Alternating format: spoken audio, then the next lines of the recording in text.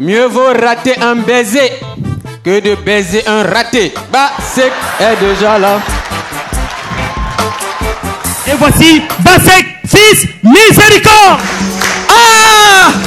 Bon, voilà!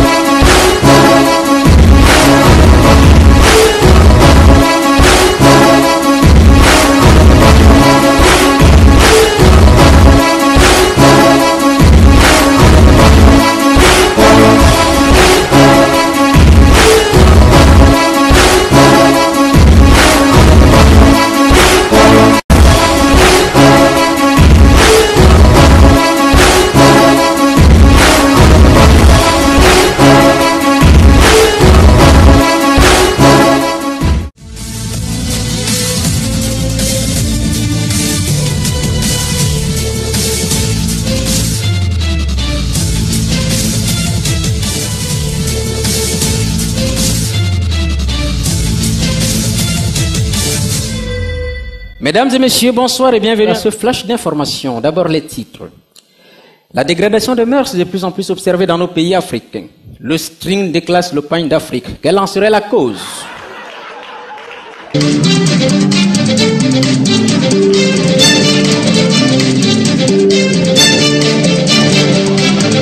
Le SMIC, salaire minimum interprofessionnel de croissance en Occident, aurait-il la même signification et la même valeur que le SMIC en Afrique? Jingle.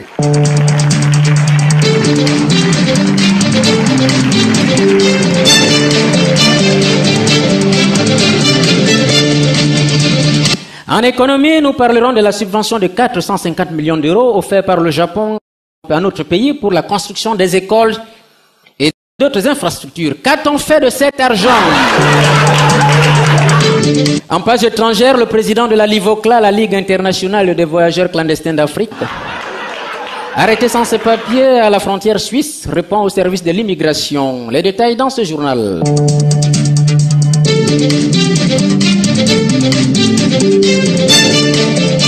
Comme nous vous l'annoncions à la tête de ce journal, la dégradation des mœurs de plus en plus est observée en Afrique.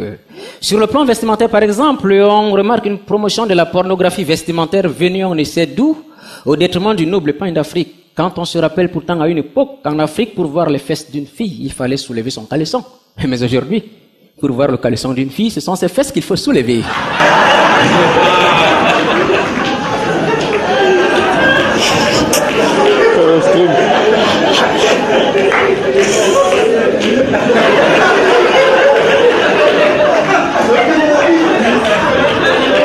Le SMIC, salaire minimum interprofessionnel de croissance, en Occident aurait-il la même valeur que le SMIC en Afrique? Au regard des salaires octroyés aux travailleurs en Occident comparé à celui des travailleurs en Afrique, on constate que si en Occident SMIC signifie salaire minimum interprofessionnel de croissance, en Afrique il signifie salaire de moquerie inadmissible pour un citoyen. En économie, cela fait 5 ans que notre pays a reçu, n'est-ce pas, une subvention de 450 millions d'euros offerte par le Japon pour la construction de plusieurs établissements scolaires.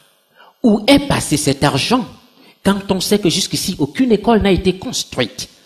Nous nous posons vraiment les questions de savoir, qu'a-t-on fait? Coupez! Qu'est-ce que le gars a raconté dans ma radio? Coupez-moi ça! Je n'ai pas de retour à la régie là, s'il vous plaît. Qu'est-ce qui se passe? Tu pars où avec le retour? J'arrive avec le retour, monsieur Bassek. Qu'est-ce qui se passe? Ou c'est moi qui te paye, ou c'est toi qui me paye. Monsieur Bassek. Bassek. Qu'est-ce qui ne va pas? Tu ne sais pas qu'un bon journaliste doit dire ce qu'on lui a demandé de dire et non ce qu'il a envie de dire? Monsieur le directeur. Oui. J'ai été formé dans les plus grandes écoles de journalisme en France. Et c'est pas ce qu'on m'a appris. Tu as été formé en France? Oui, monsieur le directeur. Et pourquoi tu n'as pas travaillé là-bas?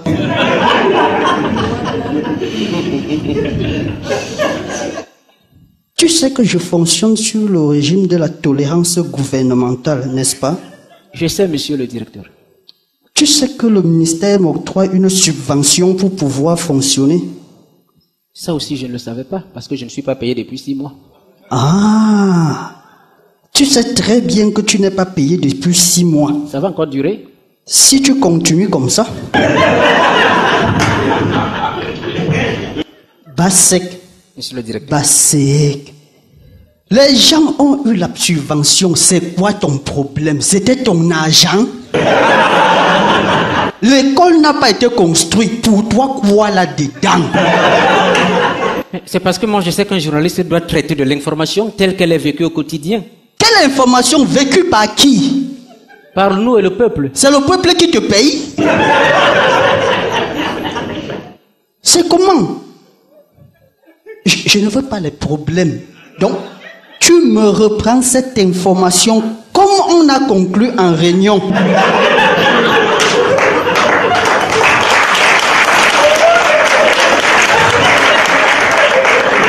Monsieur le directeur, c'est une blague là? Non, c'est pas une blague. Mais les gens m'ont vu, le téléspectateur m'ont vu tout à l'heure. Qu'est-ce que je vais leur dire? C'est une coupure de courant. On ne coupe pas souvent le courant ici.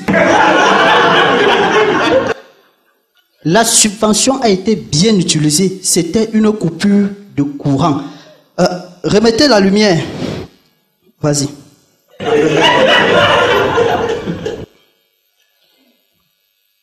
Mesdames et messieurs, de retour, n'est-ce pas, sur ce plateau de télévision. Il y a un démenti tout à l'heure. Excusez-nous, déjà, nous avons eu une petite coupure de courant qui est arrivée tout au long de ce journal, mais on vous garantit que cela ne se reproduira plus. En fait,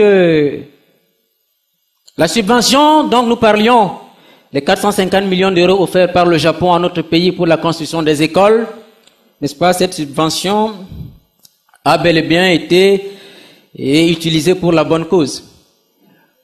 Au rythme même où on est en train de construire les écoles dans ce pays, nous sommes sûrs que d'ici 2 ans, le nombre d'écoles va dépasser le nombre d'élèves.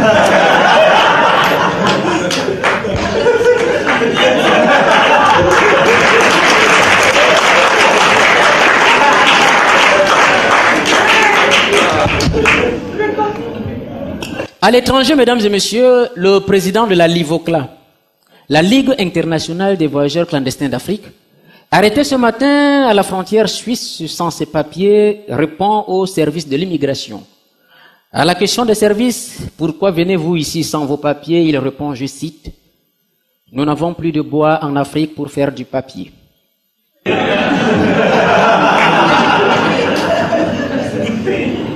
Mise en onde, Amadou Bouna, présentation en toute liberté, Basek Fils. Merci d'avoir écouté ce journal et à demain à la même heure, surtout priez beaucoup Dieu pour moi. Je ne sais pas ce qui m'attend. Merci.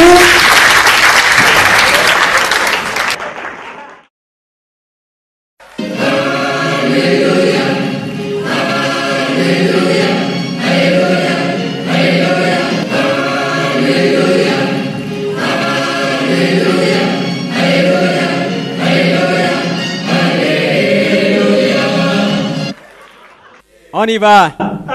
Je suis le vainqueur ton Dieu et n'ai point d'autre boisson sur ta table. Tu ne verseras pas de pension alimentaire à ton épouse et tu t'en ficheras éperdument de la scolarisation de tes enfants. Tu boiras, urineras correctement dans tes vêtements et tu passeras la plupart de tes nuits dans les rigoles. Tu bastonneras sérieusement ta femme et tes enfants au cas où ils essaieront de t'empêcher de me louer. Tu vomiras partout où besoin sera dans la maison, puisque ce n'est pas toi qui devras faire le nettoyage. Tu ne convoiteras pas d'autres boissons, jus de fruits naturels, eau minérale, car moi, le vainqueur Dieu, je suis un liquide jaloux. Tu continueras à me boire, même si je te détruis foie, poumon et estomac, pour te soulager, tu prendras de temps en temps un peu de cigarette. Tu ne feras pas de faux témoignages vis-à-vis des ulcères d'estomac, des arrêts cardiaques et des cirrhoses de foie que je t'infligerai. Tu diviseras ton salaire en 4 et tu me consacreras les 3/4 pour l'avancement de mon royaume. Tu seras l'objet de mépris, de moquerie et de raillerie dans tout ton voisinage, mais tu devras rester fort et indifférent. Gloire à toi, Seigneur Bacchus.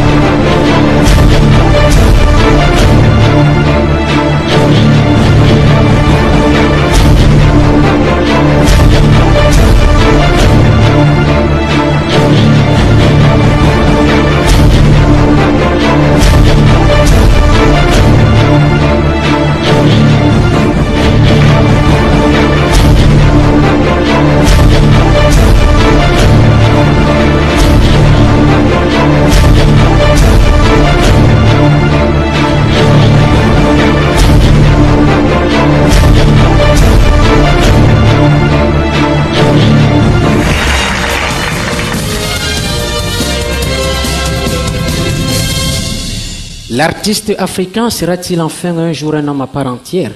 Ou continuera-t-il toujours de rester un clown entièrement à part? Que sont devenus ou que continuent à devenir les salles de cinéma dans nos différents pays d'Afrique? Faut-il ou non croire un jour à un miracle pour ressusciter de l'art dans notre pays? C'est autant de questions que nous allons nous poser tout au cours de cet entretien. Pour cela, nous allons accueillir le président du CODECU, Comité de développement culturel. Bonsoir, Monsieur Bassek. Bonsoir, Monsieur le Président. Veuillez vous asseoir. Mobutu avait le léopard. Et vous avez le salopard, pardon.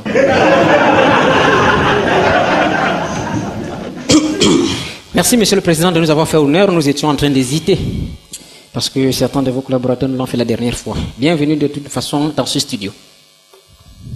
Je vais commencer par remercier le chef de l'État.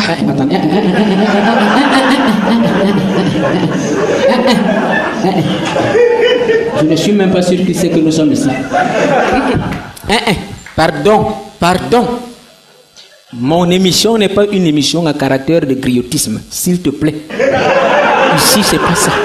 On remercie quelqu'un quand il a fait quelque chose pour nous ici. Donc ici, si quelqu'un n'a rien fait pour vous, non, pardon.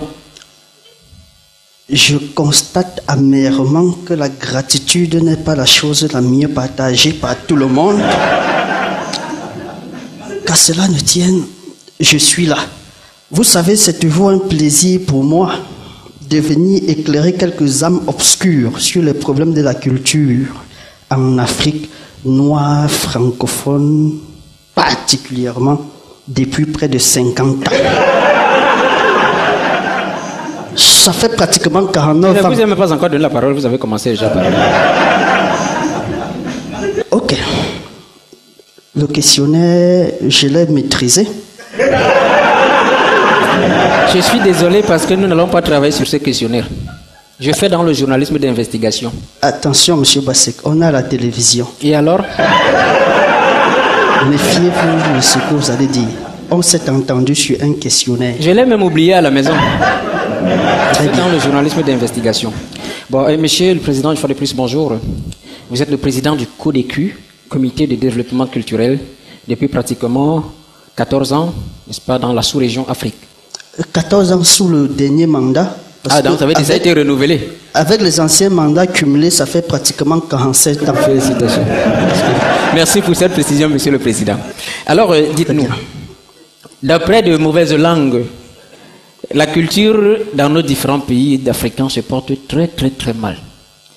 Quel est votre point de vue là-dessus? Normal. Vous admettez que la culture se porte très mal? C'est normal parce que vous avez posé la question à de mauvaises langues. Quand vous posez une question à une mauvaise langue, vous ne vous attendez tout de même pas à une bonne réponse. Bon, je vais reformuler ma question, s'il vous plaît. Posez la question à de bonnes langues. D'après une certaine opinion, la culture dans nos pays se porte très très très mal. Quel est votre point de vue là-dessus? C'est faux. La culture se porte très bien. D'ailleurs, elle ne s'est même jamais aussi bien portée que ça. Toute cette opinion qui dit que la culture se porte mal, ouais, il n'y a pas de subventions, ouais, il n'y a pas de salles, c'est fou.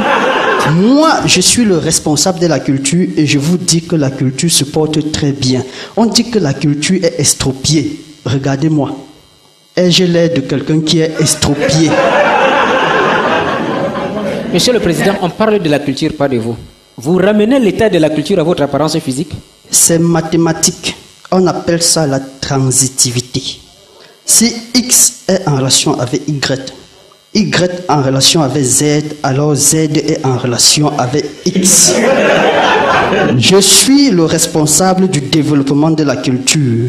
Si je me porte bien, c'est que la culture se porte bien. Vous croyez en Dieu?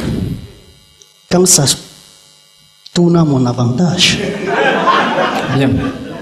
Tout à l'heure, vous nous avez dit que la culture se porte Très bien. Oui.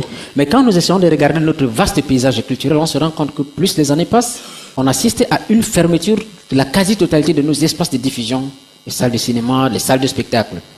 Avec ça, vous avez le toupet de venir dans une émission sérieuse comme celle-ci dire que la culture se porte bien?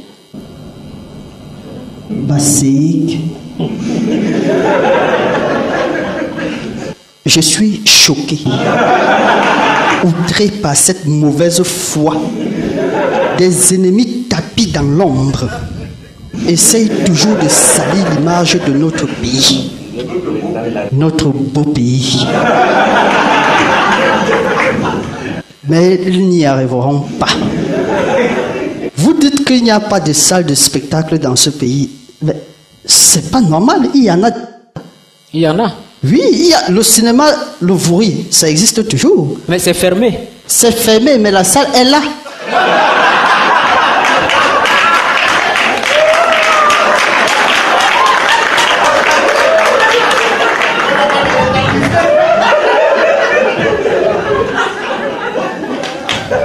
Le cinéma Le Capitole à Yaoundé a été fermé, mais la salle existe. Elle a été convertie en supermarché. Là n'est pas le problème, c'est la reconversion. La salle existe. Bien. Peut-être qu'on ne projette plus de films dans ces salles, mais à l'Institut Goethe, on projette. Au centre, à l'IFC, l'Institut français, on projette. Est-ce que ce ne sont pas des salles? Je suis particulièrement choqué quand je vous entends, n'est-ce pas, déblatérer de telles sottises. Vous parlez de l'Institut Goethe. Oui. Vous parlez de l'Institut français. Ouais. Oui. Si aujourd'hui, les Français et les Allemands décident de partir, qu'allons-nous faire? C'est même le nouvel paradigme sur lequel nous travaillons. Qu'ils partent et on récupère leur salle.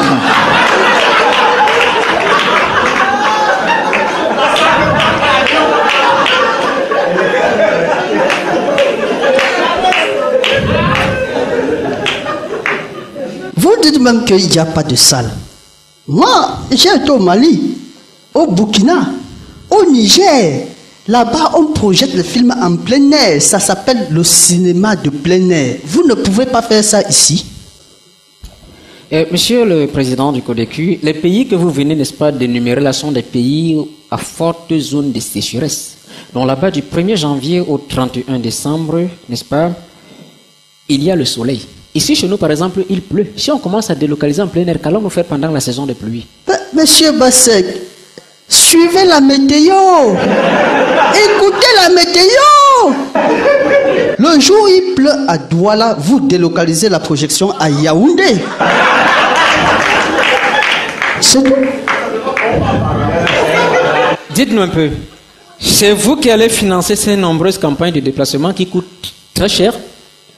Monsieur Bassé, vous avez toujours un problème de financement et de subvention dans ce pays.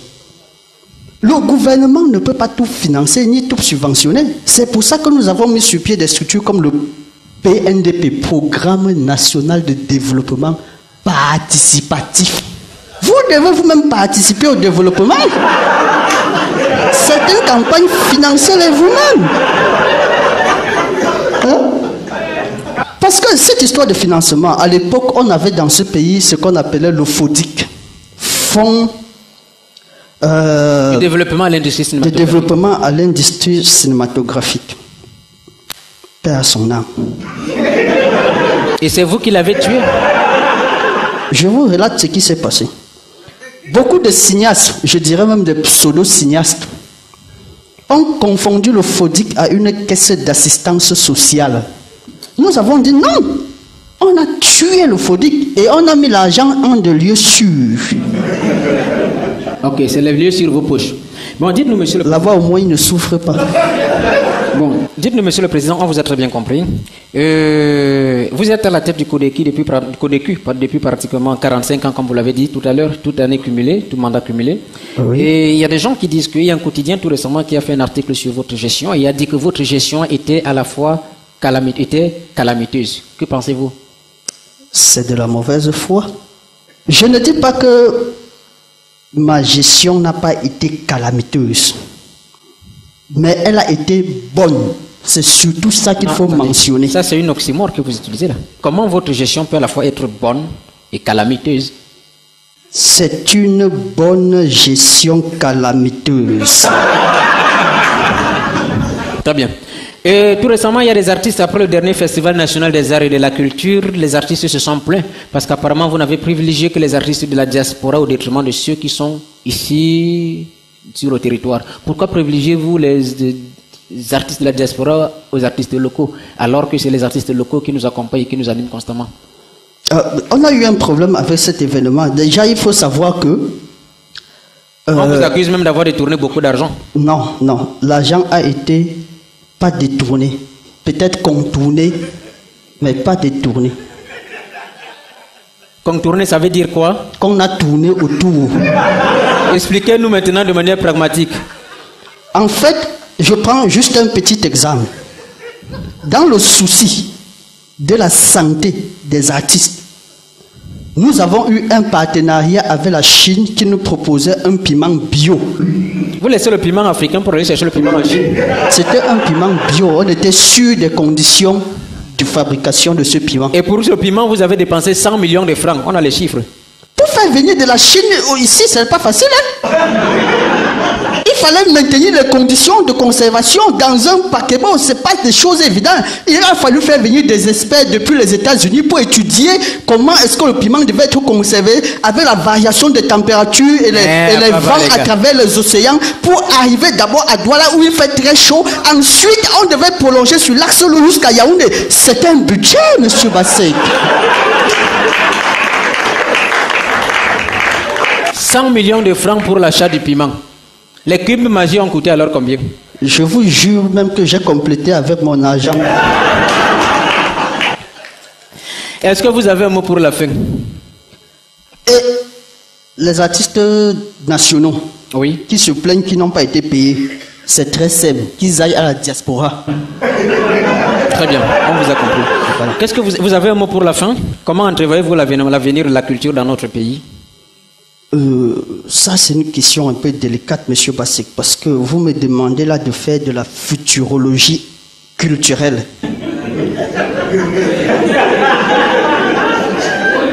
Et comme vous l'avez constaté, je ne suis pas futurologue. Je suis démagogue. C'est différent. Mais, tout en remerciant le chef de l'État, bien sûr, j'irai directement voir mon collègue, monsieur les baffles du gouvernement, pour que les bouches comme la tienne soient cousues, les émissions comme celle-ci censurées et les médias comme ceux-ci fermés. Je crois qu'avec ça, d'ici 5 ans, la culture se portera mieux. Vous avez terminé, monsieur? Vous avez un mot pour la fin? Ça, ce que vous venez de dire là, c'est la liberté de presse. Ben vous savez comment ça nous tient à cœur dans ce pays, la liberté de presse. Très bien. Est-ce que vous avez un mot pour la fin? Bien. Je vais dire aux gens de continuer à croire en ce pays, parce que les bonnes choses sont en route. Ça fait 45 ans que vous avez tenu le même langage. Quand vous montiez à la tête du CODECU, vous aviez toujours dit les bonnes choses étaient en route. Monsieur Bassek, quand on vieillit, on devient sage. C'est un avantage pour vous d'être gouverné par des vieux. Et j'aimerais dire à tous ceux qui m'accusent d'avoir détourné, un proverbe de chez nous dit, on ne surveille pas la bouche de celui qui grille les arachides. Voilà.